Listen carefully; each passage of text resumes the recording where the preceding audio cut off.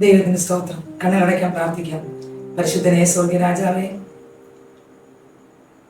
ഈ ശബ്ദം ശ്രദ്ധിക്കുന്ന സകല മക്കളെ അടിയൻ അനുഗ്രഹിച്ച് പ്രാർത്ഥിക്കുന്നു.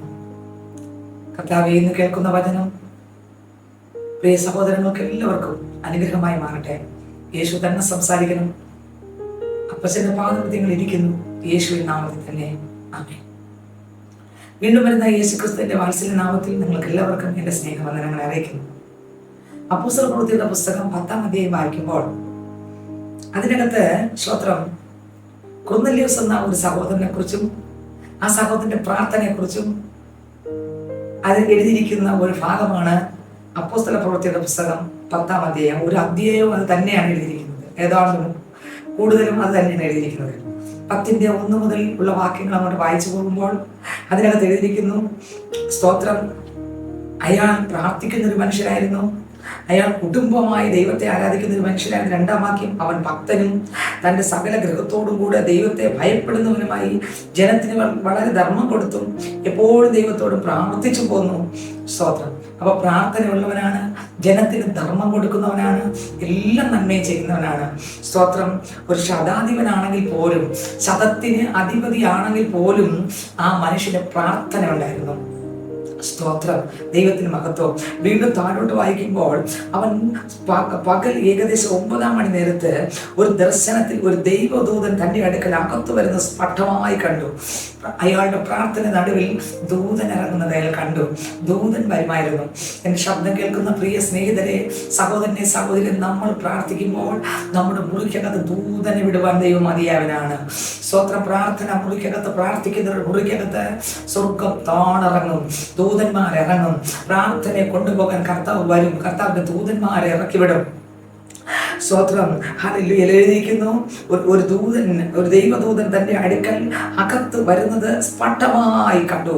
കൊർന്നല്യോസേ എന്ന് തന്നോട് പറയുന്നത് കേട്ടു. അവനെ ഉറ്റുനോക്കി ഭയപരവശനാകുന്നു. എന്താകുന്നു കർത്താവേ എന്ന് ചോദിച്ചു. അവനോട്, നിന്റെ പ്രാർത്ഥനയും ധർമ്മവും ദൈവത്തിന്റെ മുമ്പിൽ എത്തിയിരിക്കുന്നു.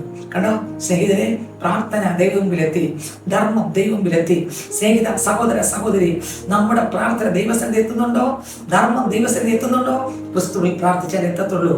ദൈവഹിതമുള്ള പ്രാർത്ഥന എത്തുകയുള്ളൂ. സ്വന്തം ദൈവ ആത്മാവിൽ നിറഞ്ഞ് ധർമ്മം ചെയ്താൽ ദൈവരാജ്യത്തിൽ എത്തത്തുള്ളൂ. ഇത് രണ്ടും മാത്രം ഉണ്ടെങ്കിലും നമുക്ക് സ്വർഗത്തിൽ പോകാൻ പറ്റുമെന്ന് നോക്കണ്ട. സ്വത്രം. കർത്താവിൻ്റെ അടുത്ത് പോകണമെങ്കിൽ സ്വത്രം ഇത് രണ്ടും മാത്രം പോരാ, കുറെ കാര്യങ്ങളോട് വേണം. കൊർന്നല്യോസിന്റെ അടുക്കൽ ദൂതൻ ഇറങ്ങിയത് ശരി തന്നെ. ഹല്ലേലൂയ. കർത്താവാകി ദൈവ മോനെ, കൊർന്നല്യോസേ, ദൂതൻ വന്നത് മാത്രമല്ല, നിന്റെ ധർമ്മം എത്തിയാൽ മാത്രം പോരാ, നിന്റെ പ്രാർത്ഥന എത്തിയതോട് മാത്രം പോരാ. 2 രീതിയിലുള്ള പ്രാർത്ഥനയുണ്ട് സ്നേഹിതരെ. ഒന്ന്, ഈ ഭൂമിയിലുള്ള നന്മയ്ക്ക് വേണ്ടിയുള്ള പ്രാർത്ഥന. 2, ദൈവഹിതപ്രകാരം സ്വർഗീയ മന്നയ്ക്ക് വേണ്ടിയുള്ള പ്രാർത്ഥന. നമ്മുടെ പ്രാർത്ഥന ഏതാണ്? ദൈവത്തിന് സ്തോത്രം. എല്ലാം നമുക്ക് ആവശ്യമാണ്, ഭൂമിയിലുള്ള നന്മകൾ നമുക്ക് ആവശ്യമാണ്. പക്ഷെ അനേകർ ഇതിന് മാത്രം പ്രാർത്ഥിക്കുന്നവരാണ്. ഒന്ന്, എന്റെ ശബ്ദം കേൾക്കുന്ന സഹോദര, സഹോദരി, താങ്കൾ ഏതാണ് കൂടുതൽ പ്രാർത്ഥിക്കാറുള്ളത്? സ്തോത്രം. ഒരിക്കലും ആർക്കും അപകരിക്കാൻ പറ്റാത്ത സ്വർഗത്തിൽ സ്തോത്രം നിക്ഷേപിക്കുന്ന പ്രാർത്ഥനകൾ നമ്മളിലുണ്ടോ? ഒരു വിശുദ്ധ ജീവിതത്തിനായിട്ടുള്ള പ്രാർത്ഥനകളുണ്ടോ? യേശുവിനെ പോലെ നടക്കാനുള്ള പ്രാർത്ഥനയുണ്ടോ? യേശുവിന്റെ കൃപകളാൽ നിറയാനുള്ള പ്രാർത്ഥനയുണ്ടോ? ഒരു വിശുദ്ധ പൈതലായി ജീവിക്കാൻ, ദൈവവചനപ്രകാരം ജീവിക്കാൻ, സ്തോത്രം, ക്രിസ്തുവിനായി നിലനിൽക്കാൻ, ക്രിസ്തുവിന്റെ ശബ്ദം കേൾക്കുവാൻ, സ്വയങ്ങളെ പൊളിക്കുവാൻ ക്രിസ്തുവിൽ നിറഞ്ഞിരിക്കുന്ന പ്രാർത്ഥനയുണ്ടോ? ആർക്കും അപകരിക്കാൻ പറ്റാത്ത സ്വർഗത്തിൽ എപ്പോഴും നിലനിൽക്കുന്ന ആമേ കർത്താവ് സ്വീകരിക്കുന്ന പ്രാർത്ഥന. ഹല്ലേലൂയ. ഇതാ കൊർന്നല്യോസിന്റെ പ്രാർത്ഥന ദൈവം കേട്ടു. സ്തോത്രം. ഹല്ലേലൂയ. നമുക്കെല്ലാം ആവശ്യമാണ്. സ്തോത്രം. എല്ലാ പ്രാർത്ഥനകളും ആവശ്യമാണ്. എന്നാൽ സ്തോത്രം, ഇവിടെ കൊണ്ട് തീരുന്ന നന്മകൾക്ക് വേണ്ടി മാത്രമുള്ള പ്രാർത്ഥനയല്ല. സ്തോത്രം. ആമേൻ. ഇവിടെ കൊണ്ട് തീരാത്തതിന് കൂടെ വേണ്ടി നമ്മൾ പ്രാർത്ഥിക്കുക. ഹല്ലേലൂയ. അപ്പോൾ കൊർന്നല്യോസ് പ്രാർത്ഥിച്ചു. ധർമ്മം ദൈവത്തിന്റെ അടുത്തെത്തി. ദൈവത്തിന്റെ സ്വന്തം പ്രാർത്ഥന ദൈവത്തിന്റെ അടുത്തെത്തി. എന്റെ കർത്താവ് അടുത്ത് പറയുകയാണ്, ഇപ്പോൾ യോപ്പയിലേക്ക് ദൂതൻ പറയുകയാണ്, യോപ്പയിലേക്കാണ് അയച്ച് പത്രോസ് എന്ന് മറുപേരുള്ള ശീമോനെ വരുത്തുക. അവൻ തോൾ കൊല്ലനായ ശീമോൻ എന്നിവനോട് കൂടെ പാർക്കുന്നു. അവന്റെ വീട് കടൽപ്പുറത്താകുന്നു എന്ന് പറഞ്ഞു. സ്തോത്രം. ദൈവത്തിന്റെ ദൂതൻ പറയേണ്ടത് പറയും. ദൈവത്തിന്റെ ദൂതൻ പോയി ദൈവത്തിന് സ്തോത്രം. ഈ മനുഷ്യനുടനെ പത്രോസിനെ വിളിക്കാൻ പറഞ്ഞയക്കുന്നു. പത്രോസിനെ വിളിപ്പിക്കുന്നു. പത്രോസ് വരുന്നു. ഈ അധ്യായം മുഴുവൻ വായിക്കുമ്പോൾ നമുക്ക് മനസ്സിലാകും. പത്രോസ് വരുന്നു. പത്രോസിനായിട്ട് ഈ കൊർന്നല്യോസും സകല ജനങ്ങളും കാത്തിരിക്കുകയാണ്. പത്രോസ് വരുന്നു. പത്രോസിന്റെ പ്രസംഗം കേൾക്കാൻ കാത്തിരിക്കുകയാണ്. നീ കർത്താവ് എന്ത് പറയും? അതിന്റെ അപ്പോസ്തലപ്രവൃത്തി 10-ാം അധ്യായം 33-ാം വാക്യത്തിൽ പറയുന്നു, ക്ഷണത്തിൽ ഞാൻ നിന്റെ അടുക്കലാണ് അയച്ചു, നീ വന്നത് ഉപകാരം. കർത്താവ് നിന്നോട് കൽപ്പിച്ചതൊക്കെ കേൾപ്പാൻ ഞങ്ങൾ എല്ലാവരും ഇവിടെ ദൈവത്തിന്റെ മുമ്പാകെ കൂടിയിരിക്കുന്നു എന്ന് പറഞ്ഞു. ഈ സഹോദരങ്ങളെ, ഈ സ്തോത്രം ഇതിലൂടെ നിങ്ങൾ ഓരോരുത്തരും ഈ സന്ദേശം കേൾക്കുമ്പോൾ ഇത് സ്തോത്രം ഒരു വ്യക്തിയുടെ വാക്കല്ല പറയുന്നത്. കർത്താവ് നമ്മളോട് സംസാരിച്ചുകൊണ്ടിരിക്കുകയാണ്. യേശു നമ്മളോട് ഓരോരുത്തരോടും ദൈവവചനം സംസാരിച്ചുകൊണ്ടിരിക്കുകയാണ്. വചനം യേശുവിൻ്റെതാണ്. വചനം യേശു അത്രേ. സ്തോത്രം. അല്ലെങ്കിൽ വചനം ദൈവം അത്രേ. ദൈവം സംസാരിച്ചുകൊണ്ടിരിക്കുകയാണ്. നീ വന്നത് ഉപകാരം. കർത്താവ് നിന്നോട് കൽപ്പിച്ചതൊക്കെയും കേൾപ്പാൻ ഞങ്ങൾ എല്ലാവരും ഇവിടെ ദൈവത്തിന്റെ മുമ്പാകെ കൂടിയിരിക്കുന്നു. പത്രോസിന്റെ മുമ്പാകെ കൂടിയിരിക്കുന്നു നല്ല പറഞ്ഞത്. ദൈവത്തിന്റെ മുമ്പാകെ നമ്മൾ വചനം കേൾക്കുമ്പോൾ നമ്മൾ ദൈവം മുമ്പാകെ ഇരിക്കുകയാണ്. പത്രോസ് വചനം പറയാൻ തുടങ്ങി. ദൈവത്തിന് സ്തോത്രം. വചനം പറഞ്ഞുകൊണ്ടിരിക്കുമ്പോൾ ആ കൊർന്നല്യോസിന്റെ ഭവനത്തിനകത്തിരുന്ന സകല മക്കളുടെ മേലും അപ്പോസ്തല പ്രവൃത്തികളുടെ പുസ്തകം 2-ാം അധ്യായത്തിനകത്ത് മർക്കോസിന്റെ മാളിക മുറിയിൽ പത്രോസ് ഇരുന്നപ്പോൾ എപ്രകാരം അഭിഷേകം ഇറങ്ങിയോ അതുപോലെ കൊർന്നല്യോസും സകലരും ഇരുന്ന ആ സ്തോത്രം ഭവനത്തിനകത്ത് പരിശുദ്ധാത്മാവ് ആളിക്കത്തി. ദൈവത്തിന് സ്തോത്രം. ഹല്ലേലൂയ. പരിശുദ്ധാത്മാവ് പ്രാപിക്കുക മാത്രമല്ല സ്നാനപ്പെട്ടു. ഇതിൽ നിന്ന് മനസ്സിലാക്കുന്നത്, കൊർന്നല്യോസേ, നീ പ്രാർത്ഥിക്കുന്നവനാണ്. നിന്റെ അടുക്കൽ ദൂതൻ ഇറങ്ങി വരും, നിന്റെ ധർമ്മവും സ്വീകരിക്കും. പക്ഷേ ഇത് മാത്രം പോരെ മക്കളെ. അല്ലെങ്കിൽ നീ പരിശുദ്ധാത്മാവിന്റെ അഭിഷേകം പ്രാപിക്കണം. നീ സ്നാനപ്പെടണം. ഹല്ലേലൂയ. ദൈവത്തിന് സ്തോത്രം.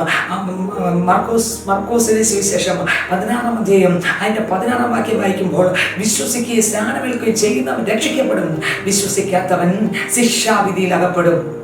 ദൈവത്തിന് സ്തോത്രം. ഇവിടെ കൊർന്നല്യോസിന് അഭിഷേകം വേണമായിരുന്നു. കൂടെയുള്ളവർക്ക് അഭിഷേകം വേണമായിരുന്നു. ദൈവത്തിന് സ്തോത്രം. എൻ്റെ യേശു പത്രോസിനെ അവിടെ കൊണ്ടുപോയി. എൻ്റെ യേശു അവിടെ ചെയ്യേണ്ടത് ചെയ്തു. അയാൾ കർത്താവിൻ്റെ അഭിഷേകം പ്രാപിച്ചു, സ്നാനപ്പെട്ടു. ദൈവത്തോട് ചേർന്നു. എന്നെ കേൾക്കുന്ന, എൻ്റെ ശബ്ദം കേൾക്കുന്ന എൻ്റെ പ്രിയ പൈതലേ, ഹല്ലേലൂയ. ദൈവത്തിന് സ്തോത്രം. ഹല്ലേലൂയ. ഞാൻ ചോദിക്കട്ടെ സ്നേഹിതരെ, ഹല്ലേലൂയ, ആ പ്രസംഗത്തിൽ കേട്ടവരെല്ലാവരും ആത്മാവിൽ നിറഞ്ഞു. ദൈവത്തിന് സ്തോത്രം. ആമേൻ. സ്നാനപ്പെടുത്തി. അവിടെ വലിയൊരു വിടുതൽ നടന്നു. സ്തോത്രം. ഒരുപക്ഷെ എൻ്റെ ശബ്ദം കേൾക്കുന്ന പൈതലെ, നീ മണിക്കൂറുകൾ പ്രാർത്ഥിക്കുന്ന ഒരു പൈതലായിരിക്കാം. സ്നാനപ്പെട്ട ആളാണോ? യേശുവിനോട് കൂടെ ചേരാൻ സ്നാനപ്പെടണം. യേശുവിനോട് കൂടെ ചേരാൻ സ്നാനപ്പെടണം. ദേശത്തിൽ ചേരാനല്ല, പള്ളിയിൽ ചേരാനല്ല സ്നാനം. യേശുവിനോട് കൂടെ ചേരാൻ നമ്മൾ സ്നാനപ്പെട്ടേ തീരൂ.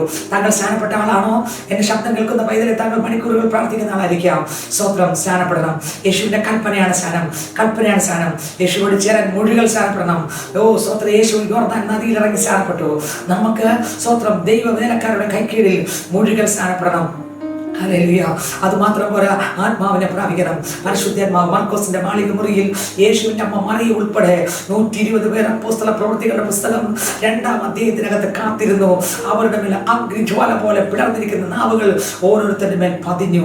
ആത്മാവ് അവർക്ക് ഉച്ചരിപ്പാൻ കൊടുത്തതുപോലെ അന്യഭാഷകൾ സംസാരിച്ചു തുടങ്ങി എന്ന് വേദപുസ്തകത്തിൽ എഴുതിയിരിക്കുന്നു. സ്തോത്രം. പരിശുദ്ധാത്മാവിന്റെ മേൽ പതിഞ്ഞു. ഇന്ന് ഈ ശബ്ദം കേൾക്കുന്ന പൈതലെ, സ്നാനം വേണം, പരിശുദ്ധാത്മാവ് വേണം. റോമർക്ക് ലേഖനം വായിക്കുമ്പോൾ, എൻ്റെ ആത്മാവില്ലാത്തവൻ എനിക്കുള്ളവനല്ല. താങ്കൾ പ്രാർത്ഥിക്കുന്ന ആളായിരിക്കാം. പരിശുദ്ധാത്മാവ് വേണം, സ്നാനം വേണം. സ്തോത്രം. ഹല്ലേലൂയ. യേശു കർത്താവിനെ രക്ഷകനായി സ്വീകരിക്കണം. പ്രാർത്ഥന വേണം. ഇതെല്ലാം ആവശ്യമാണ്. എന്നാൽ സ്തോത്രം, ഈ കൊർന്നല്യോസിന്റെ ജീവിതത്തിനകത്ത് അഭിഷേകം പ്രാപിച്ചിട്ടില്ല, സ്നാനപ്പെട്ടില്ല. അതിനുവേണ്ടി എൻ്റെ ദൈവം അവിടെ പത്രോസിനെ അയക്കുകയാണ്. ഹല്ലേലൂയ. എൻ്റെ ശബ്ദം കേൾക്കുന്ന പൈതലെ, താങ്കൾ രക്ഷിക്കപ്പെട്ട ആളാണോ? മനസ്സാന്തരപ്പെട്ട ആളാണോ? സ്നാനപ്പെട്ട ആളാണോ? അഭിഷേകം പ്രാപിച്ച ആളാണോ? സ്തോത്രം. ഹല്ലേലൂയ. അങ്ങനെയുള്ള സ്നാനം ഏത് സ്നാനം? മുഴുവൻ സ്നാനമാണോ?